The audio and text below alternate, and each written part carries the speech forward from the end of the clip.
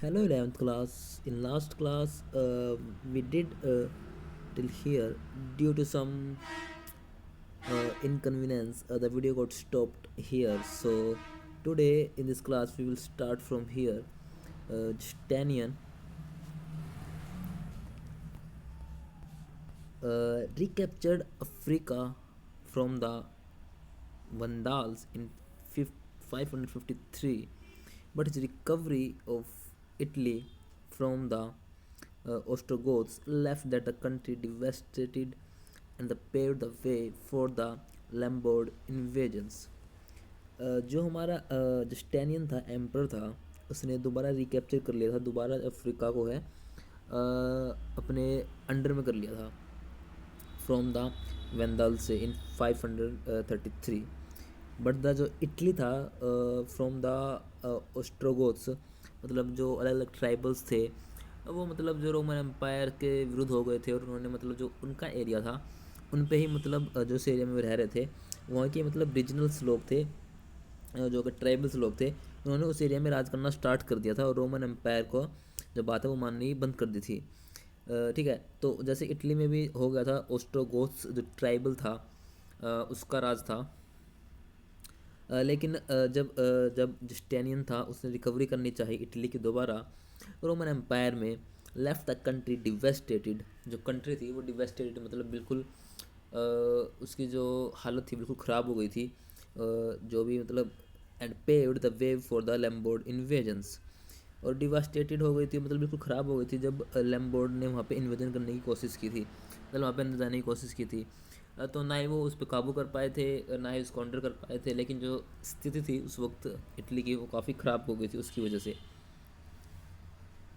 By the early 7th century the war between Rome and Iran had flared up against, and the Sassanians, who had ruled the Iran since the 3rd century, launched a wholesale invasion of all the major eastern provinces, including Egypt.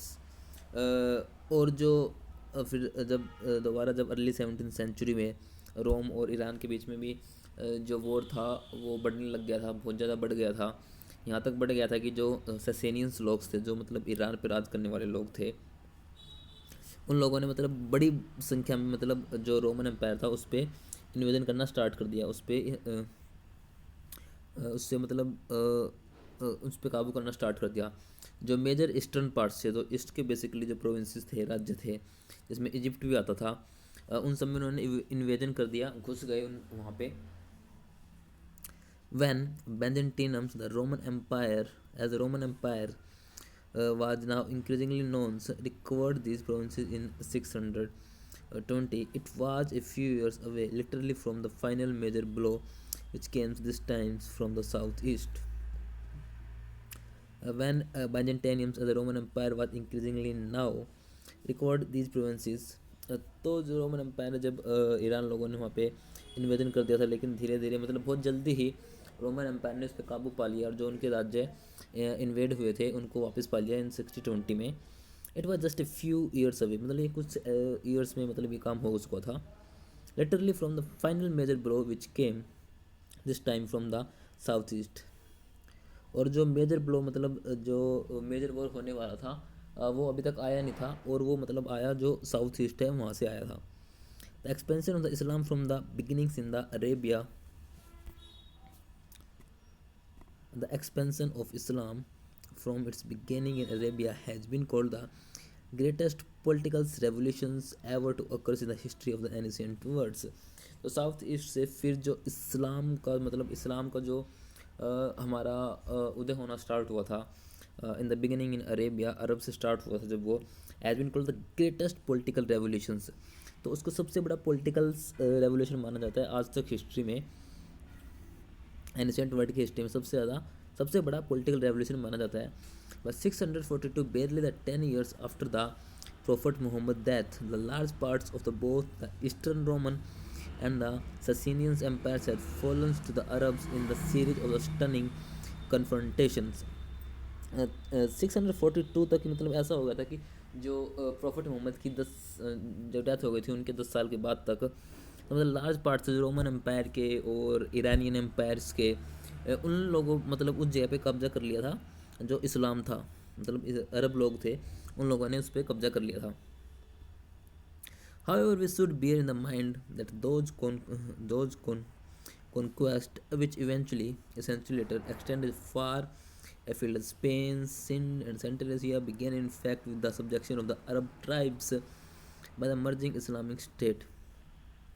तो धीरे धीरे जब Roman empire पर उन्होंने कब्जा करना start किया, साथ साथ में जो ईरानियन एम्पायर था वो धीरे धीरे वो एक्सपेंड होता चला गया, और एक्सपेंड होते होते वो स्पेन में भी आ गया था, सेंट्रल एशिया में आ गया था.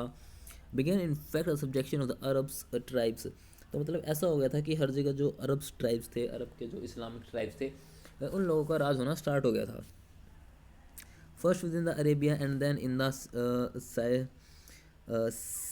साइरियन deserts and one of the fringe of Iraq. और धीरे धीरे मतलब जो हमारा साउथ ईस्ट का जो भी पार्ट है और जो यूरोप का जो स्पेन तक था, वो सब जो अरब लोगों के कब्जे में आ चुका था. जो इस्लाम था, इस्लाम को मानने वाले लोग थे, उन लोगों के में as we seen in the theme four we will see in the theme 4, the unification of the Arabian Peninsula and the numerous tribes was a key factor behind the territorial expansion of the Islams. तो जो ये expansion हुआ था इस्लाम का, उसके पीछे केवल only the key factors behind the territorial expansions. तो बहुत सारे की फैक्टर्स थे उसके पीछे, जो हम पढ़ेंगे नेक्स्ट चैप्टर में, चैप्टर 4. जैसे कि ये भी एक